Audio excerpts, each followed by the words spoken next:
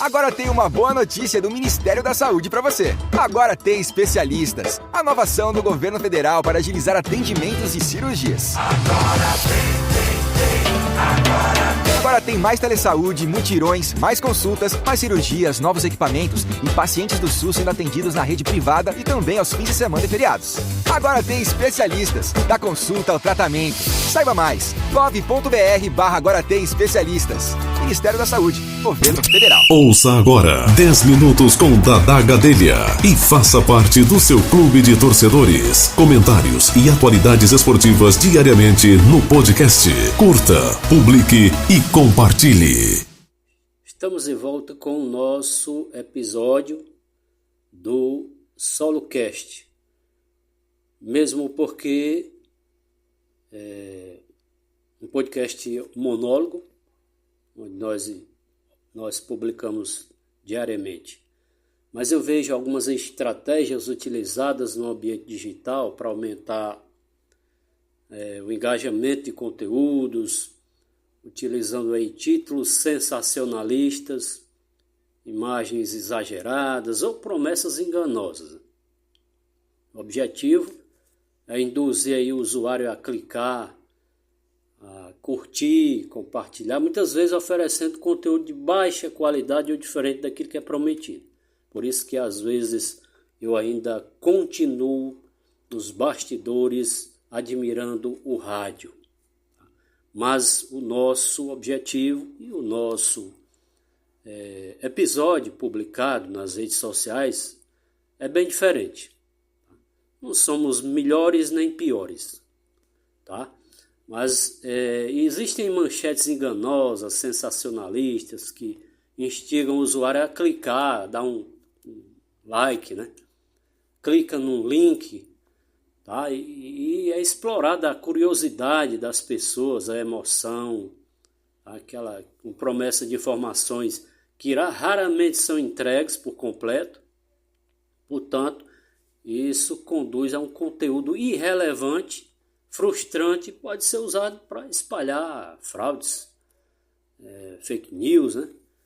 E tipo assim, vocês não vão acreditar no que aconteceu, aquela manchete, tá? Sensacionalista, que nós de fato não apreciamos, né? Porque as ações que visam viralizar nas redes sociais, focando apenas no aumento de curtida, de seguidores, para mim é irrelevante. Muitas vezes se ignora a ética e a segurança do conteúdo, tá? E pode gerar riscos reais à segurança física das pessoas que publicam, que são envolvidas, né? Além das penalidades legais que podem acontecer. Esse é a nossa observação inicial e nós vamos aqui dar sequência com conteúdo sobre o esporte, sobre o futebol. Depois do jogo de domingo, ainda repercute muito negativamente a atuação das duas equipes.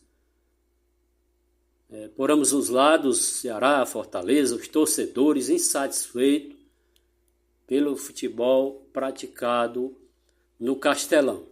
Na verdade, todos com razão.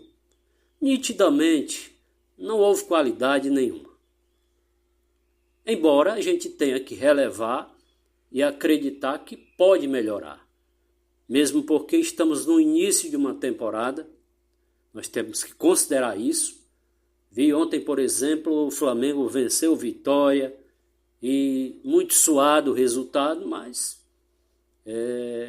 prevaleceu a superioridade individual, técnica do time do Flamengo, com um belíssimo gol de Pulgar. A propósito, nós queremos ressaltar que hoje em dia, no futebol brasileiro, infelizmente, se chuta muito pouco de fora da área. E foi um golaço. Como diriam os saudosos, eternos narradores de futebol do rádio, um pombo sem asa, de fora da área, no ângulo, sem chances inapeláveis para os goleiros. Esse tipo de arremate para o gol. Que é o que os treinadores de hoje em dia, alguns, não todos, a gente sempre tem que colocar as raras exceções, tá? Não generalizar. A grosso modo, o jogo agradou pela movimentação. Mas ainda é preciso que os treinadores técnicos de futebol assimilem o nosso futebol, a essência, o talento dos nossos jogadores, de cobrar falta, de fazer gol de falta, isso está muito raro no futebol, chutes a gol de fora da área, tá? Com belos gols, mas o que preferem às vezes é aquele toque-toque, toque-toque, toca para um lado, toca para o outro, tá? Devolve para o volante, devolve para o zagueiro, devolve para o goleiro, começa tudo de novo, chega lá na frente, novamente, tá?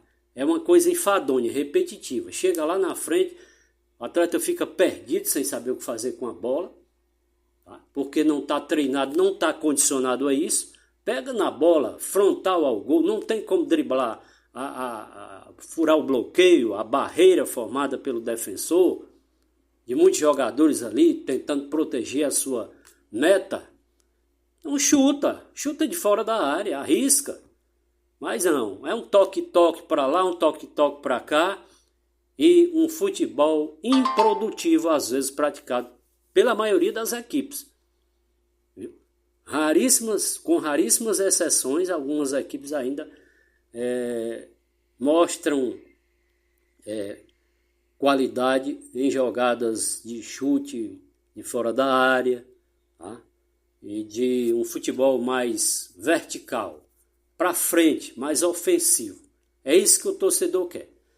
O Fluminense acertou o empréstimo do lateral esquerdo ao Fortaleza, se questiona muito a ausência de um lateral esquerdo no Fortaleza, mas tem um menino da base, o Guilherme, que entrou contra o Ceará, e nos momentos que teve no jogo deu conta do recado. Por que não insistir com ele, né? É o Gabriel Fuentes, acertou com o Fortaleza até o final de 2026, empréstimo, o vínculo do colombiano será válido até o fim da temporada. Correto? Fuentes perdeu espaço na equipe carioca sob o comando do Zubeldia, que tem hoje o René como titular, e o Arana na reserva. A informação inicial é que o jogador tem 29 anos, fez 34 partidas pelo Fluminense, com boas assistências, ainda não entrou em campo em 2026, não joga desde novembro do ano passado, contra o Palmeiras pelo Brasileiro, e o Fortaleza ainda buscou empréstimo para preencher uma das principais lacunas. Isso porque o Diogo Barbosa está fora dos planos, né? O próprio técnico Carpini já falou isso. E o Everson rescindiu o contrato para acertar com o Gil Vicente de Portugal. Além dele, o Guilherme estreou, falei aqui, contra o Ceará, única opção no momento. E o meio-campista Crispim, que vem fazendo a função de ala, né? Improvisado ali, como na campanha em 2021. Mas contratou o Vitinho, que já estreou contra o Ceará. O Rodriguinho também foi contratado.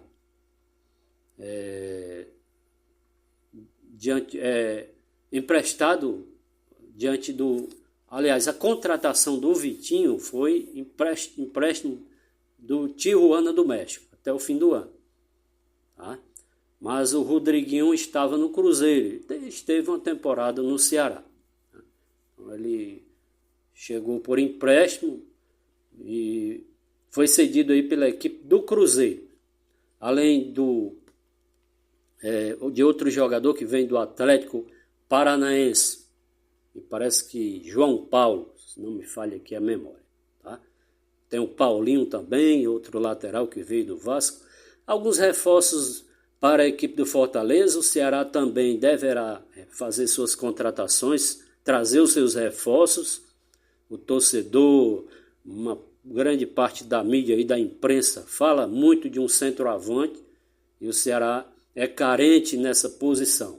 Desde a saída do Pedro Raul, o Ceará não tem efetivamente um centroavante, um homem de área, um rompedor, para estar ali importunando a vida dos zagueiros. Tá? Mas nem sempre só um centroavante isolado lá na frente vai resolver. Como é exatamente, por exemplo, o Barreiro no Fortaleza. Técnico Carpini tem que procurar, tem que moldar o seu time a fazer a bola chegar ao ataque, principalmente ao atacante de área, ao centroavante. Isso não vem acontecendo. Próximo compromisso contra o Ferroviário no sábado à tarde, 4h30, no PV. E o Ceará enfrenta a equipe do Floresta no domingo, também no estádio Presidente Vargas. São as semifinais do Campeonato Cearense. Vamos novamente apostar, observar e esperar que com essas contratações o torcedor possa, quem sabe aí, mudar de ideia, né? Se remotivar, se empolgar mais um pouquinho para comparecer a essas semifinais, que a propósito de tudo são jogos que não empolgam tanto, não são tão atrativos, mas é o que temos no momento. Logo teremos aí, intercalando ao Campeonato Cearense e ao Brasileiro Série B, que começa dia 21 de março, a Copa do Brasil. Nesse entremeio teremos também jogos da Copa do Brasil que são rentáveis para Ceará e Fortaleza, porque Campeonato Cearense está causando, na verdade, prejuízo, é um campeonato deficitário que as equipes têm débitos e prejuízo no manjadinho. É isso aí, valeu, até o próximo. Ouça agora 10 minutos.